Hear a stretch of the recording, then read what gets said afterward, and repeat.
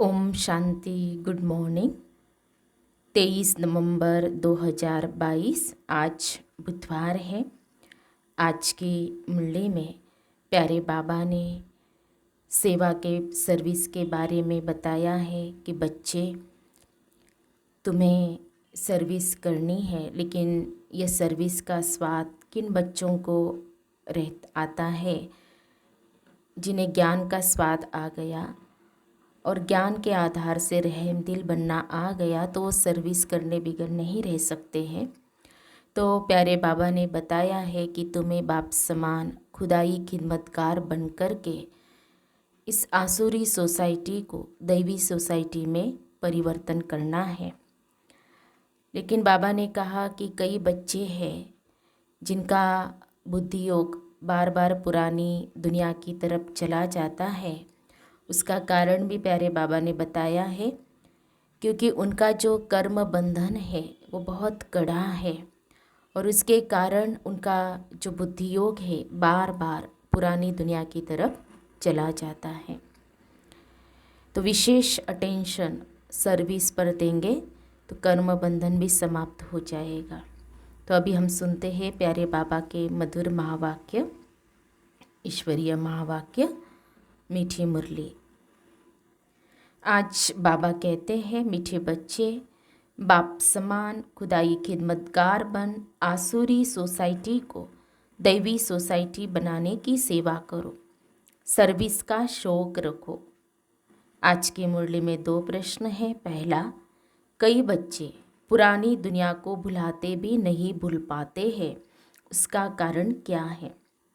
उत्तर है, उनका कर्म बंधन बहुत कड़ा है। अगर नई दुनिया में बुद्धि योग नहीं लगता है, बुद्धि बार बार पुरानी दुनिया तरफ भागती रहती है, तो कहा जाता है इनकी तकदीर में नहीं है, अर्थात कर्म ही इनके खोटे हैं। दूसरा प्रश्न है, कौन सा स्वाद आ जाए तो तुम सर्विस के बिगड़ रह नहीं सकते? उत्तर है, रहम दिल बनने का स्वाद।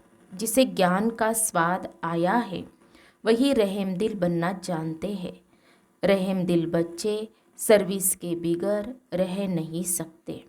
मुरली में गीत बजा है, तू प्यार का सागर है, तेरी एक बूंद के प्यासे हम। ओम शांति। यह जो अक्षर सुने, तू प्यार का सागर है। तुम बच्चे जानते हो कि यह बाप सबसे प्यारा है। बाप को जब याद करते हो तो वर्षा याद आ जाता है। जिसको बाप याद आएगा, निश्चय हो जाएगा तो जरूर खुशी होंगी। यूँ तो शिव के मंदिर में भी जाते हैं तो शिवलिंग को शिव बाबा ही कहते हैं, परंतु उन्हों को इतनी खुशी क्यों नहीं होती है? वो तो शिवलिंग पर दूध, फल, फूल आदि चढ़ाते हैं। तुमको तो दूध आदि चढ़ाने की दरकार ही नहीं। निराकार भगवान वह तो पिता हुआ ना, भक्तों का भगवान वह रचयिता भी है। उन्होंने इस मनुष्य सृष्टि को रचा है, यह भी गाया जाता है। उनकी भक्ति करते हुए भी जितना तुम बच्चों को खुशी का पारा चढ़ता है, उतना और कोई को नहीं चढ़ता। भगवान का नाम सुनने से ही तुम्हारे रोमांच खड़े हो जाते हैं। बुद्धि में आता है कि बाप से हमको बाप के घर का भी वर्षा मिलता है और बाप की मिल्कियत का भी वर्षा मिलता है। बच्चा तो बाप के घर में ही जन्म लेता है, इसमें कोई अदली बदली नहीं हो सकती। जायदाद का कारखाना, जमीनें आदि बाहर में इधर उधर रहती है। भल घर भी जायदाद है, परंतु प्रॉपर्टी की फिरती घिरती माना अदली बदली होती है। घर को अचल संपत्ति कहा जाता है, प्रॉपर्टी को चल संपत्ति कहा जाता है। तुम बच्चे जानते हो कि हम बाप के घर के मालिक बनते हैं, जो कभी बदल सदल नहीं हो सकता। स्वीट होम की बदल सदल नहीं होगी, बाकी राजाई तो कितना बदल सदल होती है। वह चल है, वह अचल है। मुक्तिधाम अचल है, यहाँ तो अदली बदली होती है। सूर्यवंशी से चंद्रवंशी, वैश्यवंशी में आते हैं मुक्ति और जीवन मुक्ति।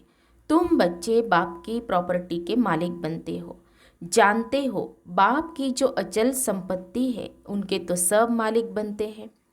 बाकी जो चल संपत्ति है वो बच्चों को नंबरवार मिलती है। तुमको सबसे जास्ती अच्छी प्रॉपर्टी मिलती है। स्वर्ग में तुम राज्य करते हो। 4 युग जो है उसमें तो भारतवासी ब्राह्मण कुल ही मुख्य है। जो देवी देवता धर्म वाले हैं सब तो सारा चक्र लगाते नहीं। तो इस धर्म वाला कोई और धर्म में कन्वर्ट हो गया तो निकल आएगा। क्रिश्चियन धर्म में, बुद्ध धर्म में बहुत कन्वर्ट हो गए हैं, वो सब निकल आएंगे। ऐसे बहुत कन्वर्ट हो गए हैं। देखने में आता है कोई समय ऐसा भी आएगा, यह जो नॉलेज है उसे कोई भी समझ सकते हैं। इस सृष्टि चक्र को जानना तो कॉमन बात है, बल्कि कितना भी डल हेड हो तो भी बुद्धि में तो यह आता है ना। ऐसे नहीं कि सृष्टि चक्र को जानने से सर्वगुण संपन्न बन जाते हैं। नहीं, ये तो पढ़ाई है। वह है हद की पढ़ाई, यह है बेहद की पढ़ाई। सिर्फ तुम जानते हो, तुम्हारी बुद्धि में यह रहता है कि यह चक्र कैसे फिरता है, और धर्म तो बाद में आते हैं। यह नॉलेज बहुत सहज है। कोई तो मुश्किल समझते हैं, परंतु फिर इतना योगी बनना है। सब उनको याद करते हैं। सृष्टि चक्र को तो जाना है, परंतु वह अवस्था भी तो चाहिए ना। सर्वगुण संपन्न बनने में अच्छी ही मेहनत लगती है। कोई न कोई विघ्न निकल पड़ते हैं। खुद भी कहते हैं कि मेरे में मीठा बोलने का गुण नहीं है, पुरुषार्थ करना पड़ता है। एम ऑब्जेक्ट तो सीधी है। बाबा ने कल रात को भी समझाया कि यह तुम लिख सकते हो कि हम 5000 वर्ष पहले मुआफिक फिर से यह राजयोग सीख रहे हैं। कहाँ भी प्रदर्शनी व प्रोजेक्टर दिखाया जाए तो यह वंडरफुल बात जरूर लिखनी चाहिए कि 5000 वर्ष पहले मुआफिक फिर से तुमको हम इस प्रदर्शनी के द्वारा राजयोग सीखने के लिए युक्ति बतलाते हैं। बाप कहते हैं कि 5000 वर्ष पहले मुआफिक श्रीमत द्वारा यह पुरुषार्थ कर रहे हो। वो तो कहते हैं कि कल्प की आयु ही लाखों वर्ष की है। कलयुग तो अभी बच्चा है। तुम कहते हो हम 5000 वर्ष पहले मुआफिक दैवी स्वराज्य पद पाने के लिए पुरुषार्थ कर रहे हैं। तो मनुष्य वंडर खाएंगे कि यह क्या लिखते हैं। अगर कहे कि सत्युग को लाखों वर्ष हुए हैं तो पूछो देवताओं की इतनी जनसंख्या आदमशुमारी कहाँ है। हिंदुओं की आदमशुमारी कम निकलती है। हिंदू और धर्मों में कन्वर्ट हो गए हैं। हिंदू ही कितने मुसलमान बने होंगे। उनको शेख कहते हैं। ऐसे भी बहुत है। कोई तो अपने को आदि सनातन देवी देवता धर्म का मानते भी नहीं है। आदि सनातन हिंदू धर्म कह देते हैं, परंतु हिंदू धर्म तो आदि सनातन था नहीं। तुम अखबार में भी डाल सकते हो। मैगजीन की तो बात नहीं, अखबारें तो लाखों की अंदाज में छपती है। हाँ, वह पैसे तो बहुत लेते हैं। समझाने से वह डाल सकते हैं, चक्र भी डाल सकते हैं। बाबा ने जो प्रश्न लिखा था कि गीता का भगवान श्री कृष्ण व शिव, वह भी अखबार में डाल सकते हैं। कभी खर्चे पर डालते हैं, कभी लोन पर भी देते हैं। बड़ी अच्छी अखबार में डालो, परंतु हमेशा पढ़े तब मनुष्यों की आंख खुले। एक बार डाला, कोई ने पढ़ा, कोई ने नहीं भी पढ़ा। रोज डालने से मनुष्यों की आंख खुलेगी, फिर आकर ज्ञान समझेंगे। पुरुषार्थ करने में भी कितनी मेहनत लगती है। बहुत माया के तूफान आते हैं। मेहनत तो है ना। अखबार में डालना, प्रदर्शनी करना। प्रदर्शनी तो एक गांव में होगी, अखबार तो चारों ही ओर जाती है। सारा ही दिन ख्यालात चलते रहते हैं। वर्णन करना पड़ता है कि क्या किया जाए, कैसे सर्विस को आगे बढ़ाया जाए। तुम हो सच्चे सच्चे खुदाई खिदमतकार बच्चे। सोसाइटी की सर्विस करना यह खिदमत है ना। तुम बच्चे जानते हो कि वह सब आसुरी सोसाइटी है। अब उनको दैवी सोसाइटी बनाना है। सारी दुनिया की सोसाइटी को स्वर्ग में पहुंचाना है। सारी दुनिया का बेड़ा गर्क है। दुनिया पहले स्वर्ग थी, अब नर्क बन गई है। यह चक्र कैसे फिरता रहता है। ड्रामा है ना। जब स्वर्ग है तब नर्क नहीं। कहाँ गया नीचे। ड्रामा को फिर फिरना है। ये चैतन्य ड्रामा है। सेकंड बाय सेकंड जो एक्ट करते हैं ये तुम्हारी बुद्धि में है और तो कुछ भी नहीं समझ सकते। ड्रामा को समझ जाए तो फिर यह बातें ठहर न सके कि यह कल्प लाखों वर्ष का है। स्वास्तिका भी बिल्कुल ठीक निकाला हुआ है। स्वास्तिका की पूजा भी करते हैं, परंतु उनको यह पता नहीं है कि क्या चीज है, अर्थ कुछ नहीं। तो यह चक्र समझाना पड़ता है। तुम्हारी बुद्धि में यह चक्र फिरता रहता है। तुम कहते हो कि हम मनुष्य से देवता, नर से नारायण बन रहे हैं। यह राजयोग है। त्रिमूर्ति का चित्र तो सारा दिन बुद्धि में रहता है। ब्रह्मा द्वारा विष्णुपुरी की राजाई मिलती है। शंकर द्वारा यह आसुरी सृष्टि खलास होती है। बस बुद्धि में यही ख्यालात चलते रहे, बहुत खुशी में रहना होता है। बाबा लॉकेट भी बनवा रहे हैं जिससे तुम बहुत सहज रीति समझा सकते हो। बैग्स में भी यह चित्र लगवा सकते हो। त्रिमूर्ति और चक्र व लक्ष्मी नारायण के चित्र में और सब है। श्री कृष्ण का भी है, सिर्फ चक्र में नहीं है। एक चित्र में सब चीज़ें कहाँ तक डाल सकते हैं, इसलिए वह फिर समझाया जाता है। बाबा की बुद्धि सारा दिन चलती रहती है कि लक्ष्मी नारायण का मंदिर बहुत अच्छा बनाते हैं, श्री कृष्ण के मंदिर भी बहुत अच्छे बने हुए हैं, परंतु यह किसको पता नहीं कि यह लक्ष्मी नारायण व राधे कृष्ण कौन है। तुमको अब कितनी नॉलेज मिली है, कितनी खुशी होनी चाहिए। कहाँ भी जाकर तुम सर्विस कर सकते हो। श्रीनाथ द्वारे पर भी जाकर समझा सकते हो। ट्रस्टी लोगों को समझाओ। कैस्केट पर कोई भी बड़े आदमी को समझाने से बहुत खुशी होंगी। समझेंगे कि यह तो जैसे भगवान स्वयं रूप धारण कर समझा रहे हैं। कोई कोई बच्चों में सर्विस का बहुत शौक है, परंतु बड़ों बड़ों के पास जाते नहीं हैं। कहाँ भी जाकर तुम मुलाकात कर सकते हो। खर्चे की बात ही नहीं है। पहले तो वह समझेंगे कि यह कुछ शायद लेने के लिए आए हैं। सर्विस के लिए अनेक प्रकार की युक्तियाँ रचनी चाहिए, नहीं तो टाइम वेस्ट जाता है। हर एक को अपने दिल से पूछना चाहिए। बहुत रहम दिल बन, बहुतों का कल्याण करना है। ज्ञान का स्वाद नहीं तो रहम दिली का स्वाद नहीं आता। नहीं तो तुम बच्चे बहुत अच्छी सर्विस कर सकते हो। बाबा तो सर्विस की युक्तियाँ बहुत बतलाते हैं। सुना बस भागे। अगर फुर्सत हुई, सर्विस का बहुत शौक होना चाहिए, तब तो ऊंच पद पा सकेंगे। इस त्रिमूर्ति चक्र पर बहुत अच्छी सर्विस कर सकते हो। फॉरेनर्स भी कोई आए तो उनको समझाओ, कितनी अच्छी नॉलेज है।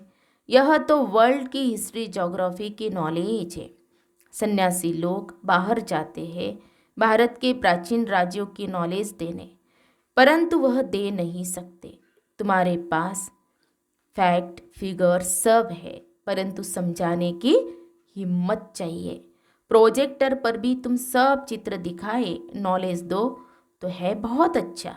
विलायत में भी प्रोजेक्टर पर बहुत अच्छी नॉलेज दे सकते हो। वह सुनकर बहुत खुश होंगे। क्राइस्ट अभी कहाँ है, फिर कब आएगा, उनको पता पड़ जाएगा। ड्रामा के चक्र का ज्ञान तो मिल जाएगा ना। साथ में प्रोजेक्टर है तो उस पर बहुत अच्छी सर्विस कर सकते हैं। इसमें कोई मना नहीं कर सकते। कोई को भी समझा सकते हो। स्लाइड सब ले जाओ। अंग्रेजी में हो तो अच्छा है, मेहनत भी करनी है। सबका बुद्धि योग शिव बाबा से लग जाए तो जल्दी जल्दी स्थापना हो जाए। बाप भी ड्रामा प्लान अनुसार समझाते रहते हैं, मत देते रहते हैं। चीज लेने वाला भी बड़ा समझू सयाना अक्लमंद चाहिए। स्लाइड्स में अक्षर बहुत क्लियर चाहिए, जो मनुष्य पढ़ सके। हिंदी इंग्लिश दोनों हो, उर्दू मद्रासी भी बनाना पड़े, फिर प्रोजेक्टर पर कहा भी समझाना सहज हो जाएगा। आप सामान बनाने की सर्विस करनी है, तब अच्छा पद पाने की उम्मीद हो सकती है, नहीं तो क्या पद मिलेगा। मनुष्य बेचारे बहुत दुखी है। बाप का परिचय देने से खुशी होती है ना। कई बच्चों ने बाबा को कभी देखा भी नहीं है, फिर भी पत्रों में लिखते, बाबा हम आपसे बरसात जरूर लेंगे। कितनी बांदेलियाँ है, वह भी तब छूट सकती है जब तुम्हारा नाम निकले, प्रभाव निकले। अपनी हमजिन्स को जेल से छुड़ाना है। सर्विस नहीं तो क्या पद पाएंगे। अंत में सब साक्षात्कार होंगे, फिर अपने किए हुए करतूत सब याद आएंगे। बाप साक्षात्कार कराते रहेंगे, बाप का बनकर फिर क्या क्या डिस सर्विस की, फिर पछताना होता है। इसलिए बाप समझाते रहते हैं कि सर्विस पर अच्छी रीति लगना है। बाबा को अच्छी अच्छी बच्चियाँ चाहिए, सर्विस करने वाली। विचार करना चाहिए कि बाबा की सर्विस में क्या मदद करे जो हमारे स्वराज्य की जल्दी स्थापना हो जाए। सर्विस का शौक होना चाहिए। सर्विसेबल बच्चों को पत्थर बुद्धि से पारस बुद्धि बनाने में कितना माथा मारना पड़ता है, कम बात नहीं है। फिर बच्चों को कितनी खुशी होनी चाहिए कि हम स्वर्ग का वर्षा बाबा से ले रहे हैं, परंतु है गुप्त। कर्म बंधन का भी हिसाब किताब कितना कड़ा है, जो पुरानी दुनिया को भूलते नहीं।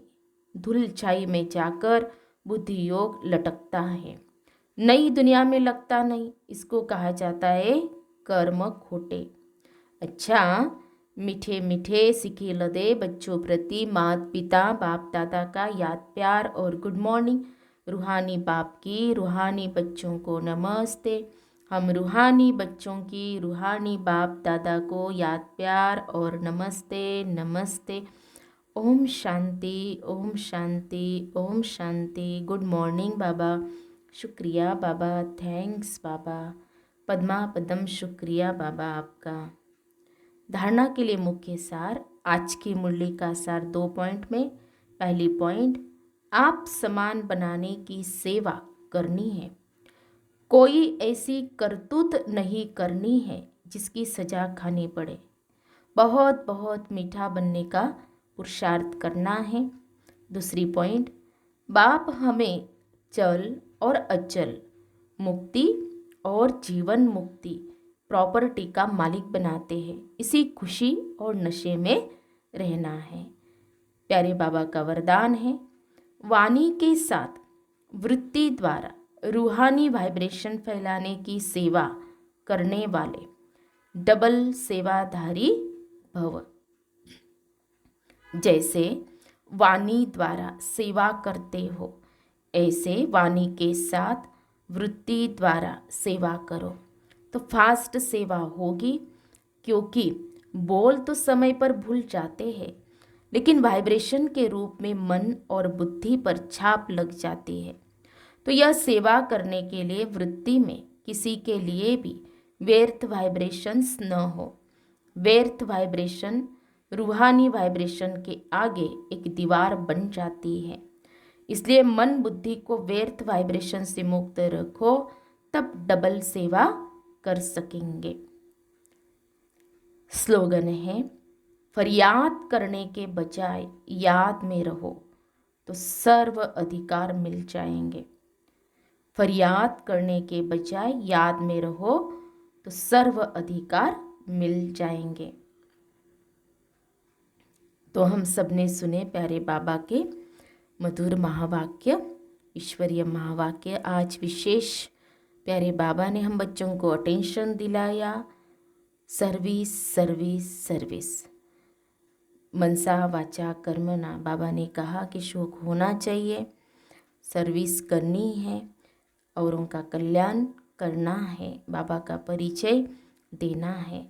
तो बहुत सुंदर विधि भी बाबा ने कैसे सर्विस करनी है, वाचा के साथ वृत्ति के द्वारा भी रूहानी वाइब्रेशन फैलाने की सेवा करनी है, वो भी बाबा ने बताया।